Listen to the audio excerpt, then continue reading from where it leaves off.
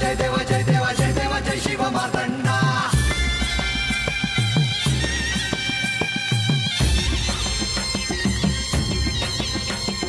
जय देव जय देव जय देव जय देव जय देव जय शिव मार्तंडा. हरिवर्धन मल्हारी तुझी प्रचंडा. अगडदुम नगारा सोन्याची जेजुरी देव गेले जेजुरा निळा घोडा. अगडदुम नगारा सोन्याची जेजुरी देव गेले जेजुरा निळा घोडा. पावणे तोडा कमरी कर पटा बिहिर मस्तकी तुळा. खोबऱ्याचा कुटका भंडाऱ्याचा भडका बोल हंकरा सदानंदाचा येळकोट. सदानंदाचा येळकोट. जय देव जय देव जय देव जय देव जय देव जय शिव मार्तंडा. जय देव जय देव जय देव जय देव जय देव जय शिव मार्तंडा. हरिवर्धन मल्हारी तुझी प्रचंडा. जय देव जय देव जय देव जय देव जय देव जय शिव मार्तंडा. हरिवर्धन मल्हारी तुझी प्रचंडा.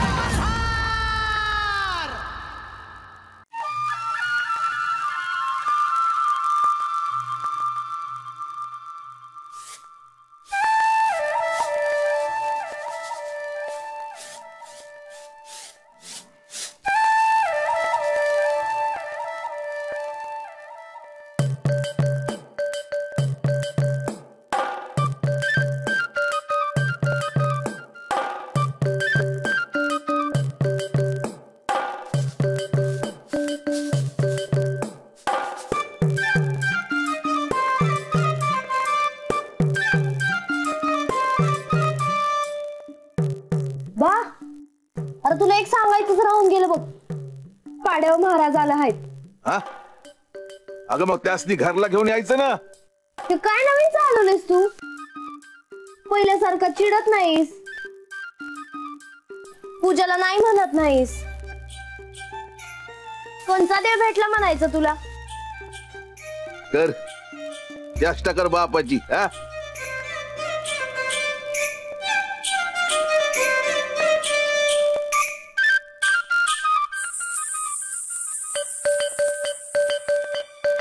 ज्या देवानं तुला ही बुद्धी दिली त्याचं ऋण म्या कसं फेडू? बानू अगं तू काय सांगत होतीस आणि आता तू काय बोलतीस? हा ते सांगायचंच राहून गेलं. महाराजांनी मला एक व्रत दिलं आहे. ते मला म्हणले की मी जर हे व्रत पूर्ण केलं तर मला खंडेराय भेटतील. अरे तुझ्या पोरीचं लगीन म्हणजे फार मोठा योग असणार आहे बाबा. त्यासाठी नवरा शोधाया तुला कुठं बी जावं लागणार नाही. तर तोच इथे पाड्यावर येऊन तिच्याशी लगीन करणार. भविष्यात तुला भेटायचं असेल तर कुठं भेटशील? अरे मला कशाला भेटतो? तुझ्या पोरीचं तर देव ऐकतो. तिला सांग.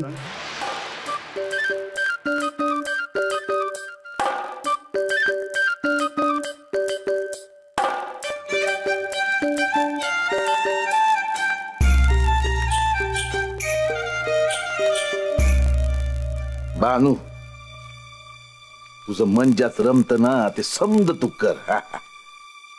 पर एक ध्यानात घे, अशी कुठली मनाला आस लावून बसू नकस. होय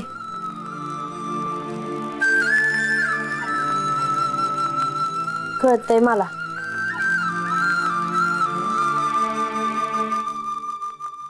माझं म्हणणं इतकंच आहे की हे व्रत पूर्ण करायला मला बक्कळ हिरवी पानं हवी आहेत. त्या समद्या पानांचे द्रोण करून त्यात सुवासिक पाणी घालून खंडेरायासनी नैवेद्य दाखवायचा आहे. तर मला तू ती पानं आणून दे. म्या कवा नाही म्हणलं. आता जातो आणि पानं घेऊन येतो.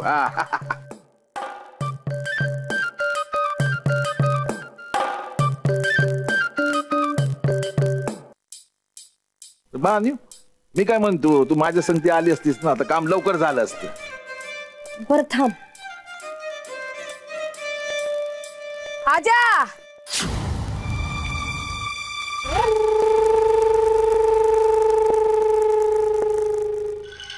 येऊ काय? पेठ्याला गेला असं कळलं. कवा आलायसा?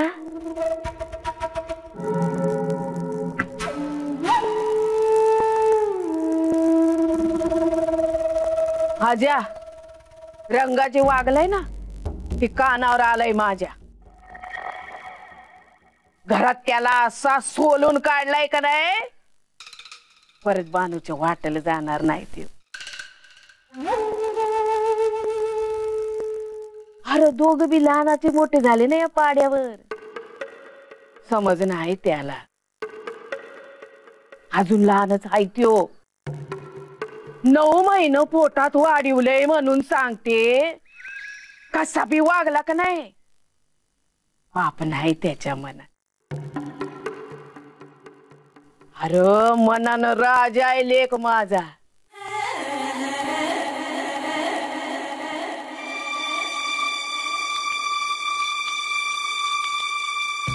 बानू तू बी मनात राग धरू नको बरं का. मावशी या पुढे जर तो बारा वागला तर माझं काय बी म्हणणं नाही.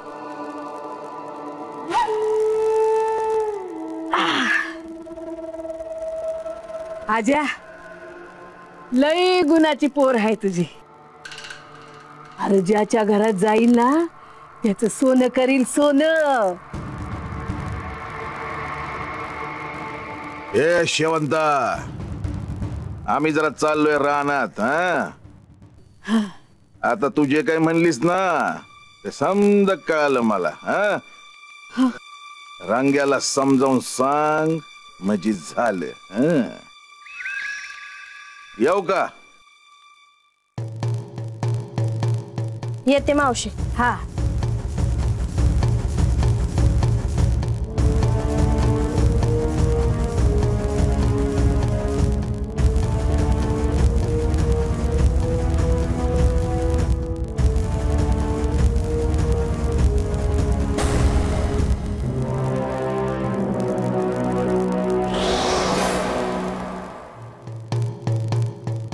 आयुष्यात पहिल्यांदाच अशी पिंड पाहिली. अशी पिंड बनवायला कुणी सांगितली असेल? का सांगितली असेल? ह्याचा शोध घ्यायच पाहिजे.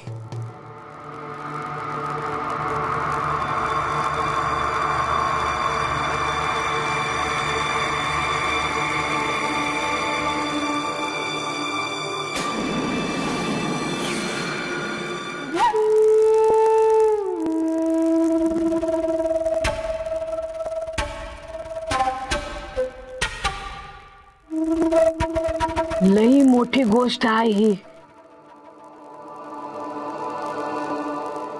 आता माझ्या लक्षात आलं.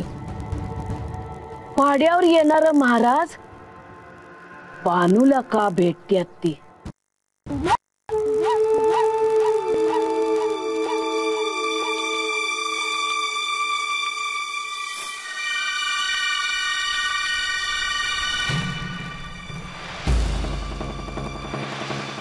अरे आता ते इथे येऊन गेलेले अतिथी आपला कमंडलू इथेच विसरून गेले.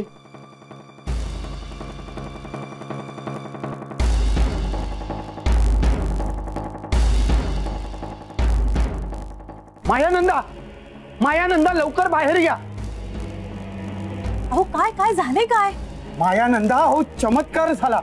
आता जे अतिथी आपल्याकडे येऊन गेले ते आपला कमंडलू इथेच विसरून गेले. त्यात पाण्याऐवजी तुळशी पत्र आहेत. मला वाटलेच होते की ते अतिथी नक्कीच दिव्य पुरुष असणार. आणि अशा अतिथींचा मायसाने अवमान केला. अरे जा लवकर त्या अतिथींना शोधून आण. मायानंदा अहो कोण असतील ते अतिथी? कोणाच ठाऊक.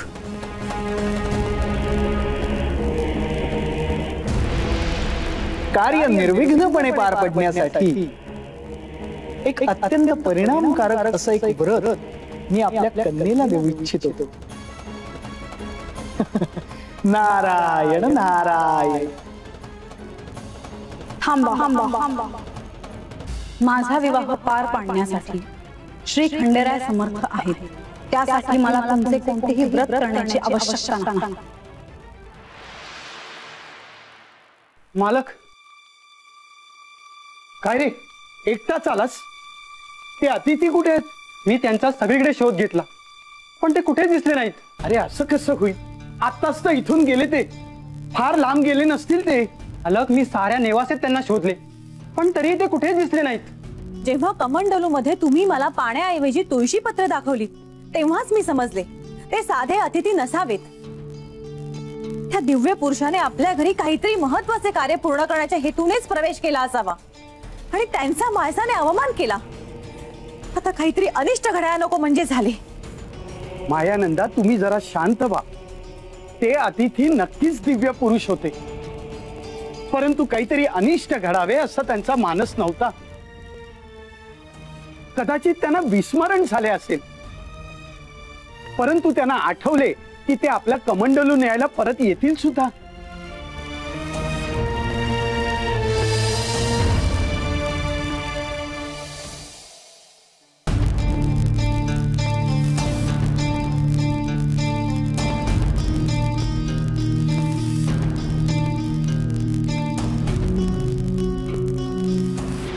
नारायण नारायण. मला एक प्रश्न पडला. विष्णूला प्रिय असलेली तुळस एका शिवभक्ताच्या घरी कशाची? मी अशा शिवभक्ताला ओळखतो ज्याच्या घरी बेलाचे झाड आहे आणि त्या खाली शिवलिंग आहे. मी अशा शिवभक्ताला ओळखतो बेलाचे झाड आहे, ज्याच्या घरी बेलाचे आणि त्या खाली शिवलिंग आहे, त्या खाली शिवलिंग आहे आणि त्या खाली शिवलिंग आहे.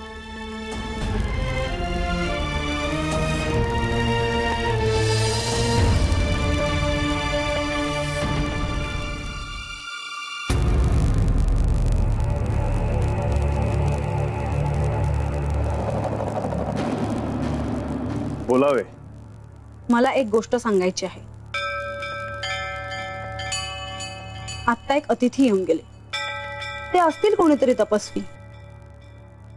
आम्ही त्यांचे व्यवस्थित स्वागत केले. आता मध्यान्नी एखादा माणूस घरी आल्यावर त्याला जेवल्याशिवाय कसे पाठवणार?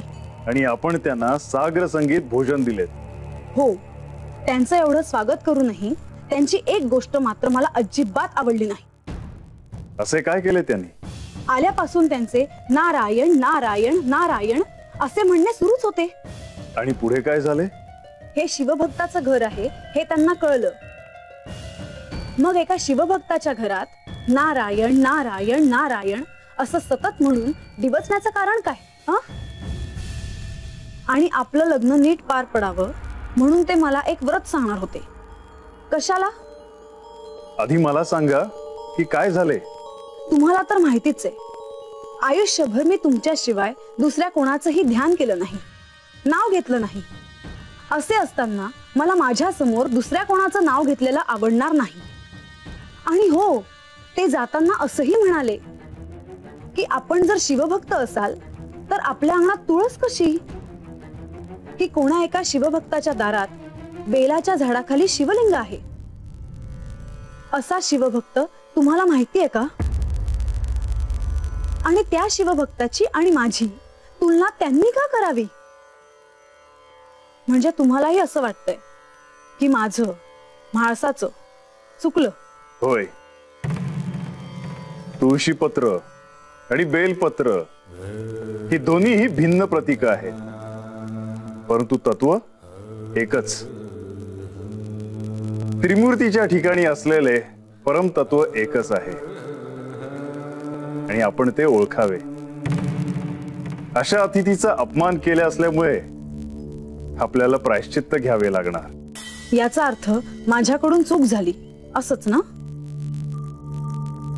ठीक आहे, तुम्हाला जर वाटतंय की माझं चुकलंय तर मी घेते प्रायश्चित्त. सांगा, मी काय प्रायश्चित्त घेऊ? आपणच ते ठरवा. यथाशक्ती जे योग्य वाटेल तसे प्रायश्चित्त घ्यावे.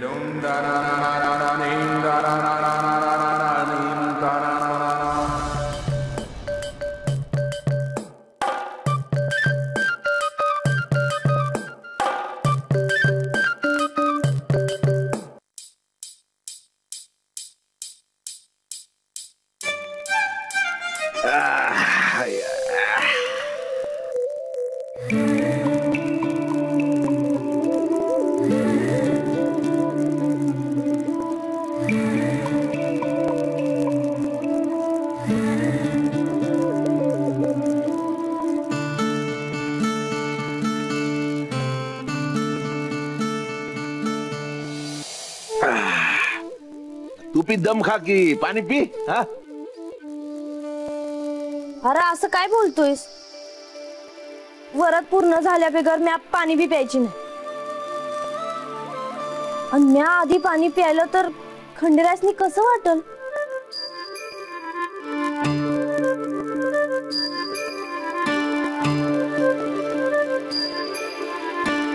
आता मी माझं काम करणार आहे. हा. हे तिकडे घेऊन दे की रे बा.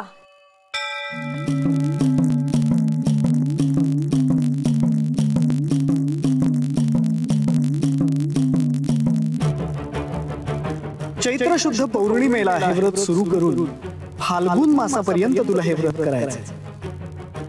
पहिल्या चैत्र शुद्ध पौर्णिमेला हे व्रत सुरू करताना तुला खंडेरायांना 325 द्रोण अर्पण करायचे आहे. या 325 द्रोणांमध्ये तुला सुगंधी जल खंडेरायांना अर्पण करायचे आहे. खंडेराया माझं पाणी मल्हारी, खंडेराया माझं भास मल्हारी, ध्यानी मानी सदा शिव.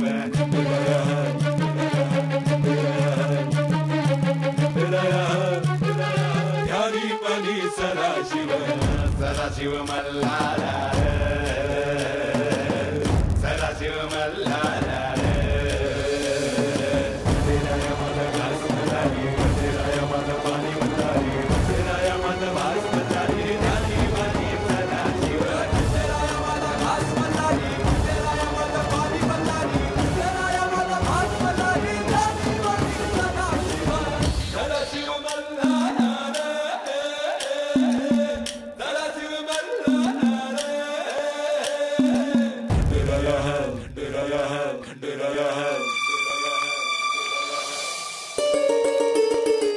अरे बा काय करतोयस? अगं पाण्यात फुलं टाकलीस ना, वास घेतोय. अरे देवाचा नैवेद्य आहे त्यो. देवानं घेतल्या बिगर आपणच वास घ्यायचा वय. अरे म्हणजे आपणच नैवेद्य घेतल्यासारखं होतंय ते. चुकलं चुकलं चुकलं माझं, चुकलं. तू चालू दे.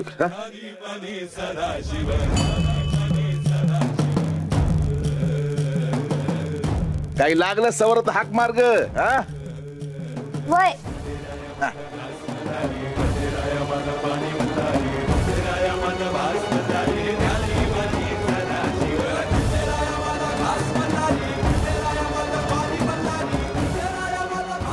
तेव्हा खंडेराय मला जमल तसं तुझं व्रत करते आहे. काही चुकलं तर सांभाळून घे.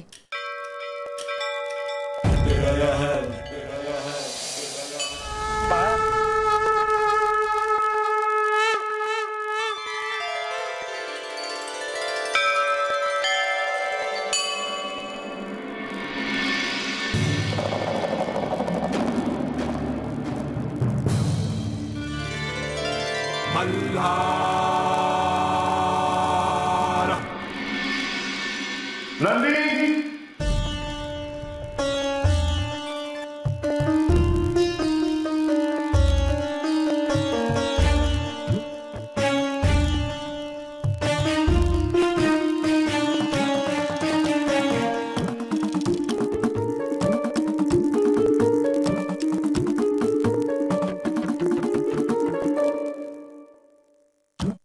देवा, काय सेवा करू आपली? नंदी, आज सुगंधी जल पिण्याचा योग आहे, तेव्हा आम्हाला ते जल आणून देणार का? आपण आज्ञा करा देवा.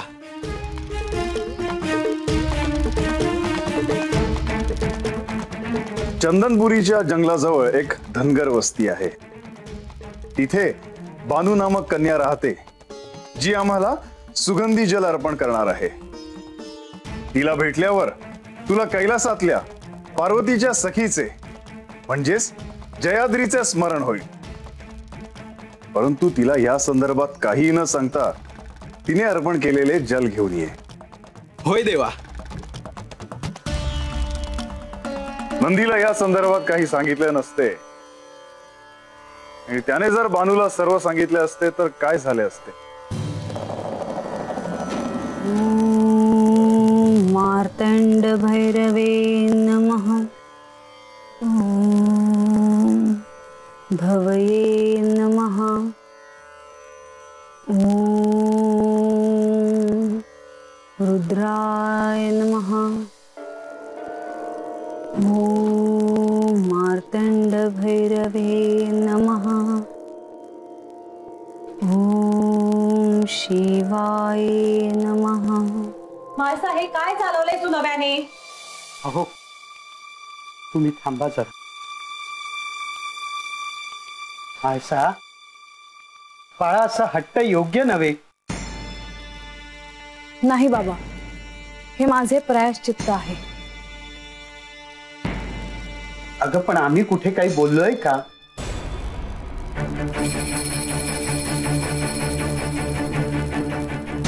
बर, तुला हे प्रायश्चित्त कोणी घ्यायला सांगितलंय का? जोपर्यंत मला स्वतः खंडेराय सांगत नाही तोपर्यंत मी अन्न काय जलग्रहण देखील करणार नाही.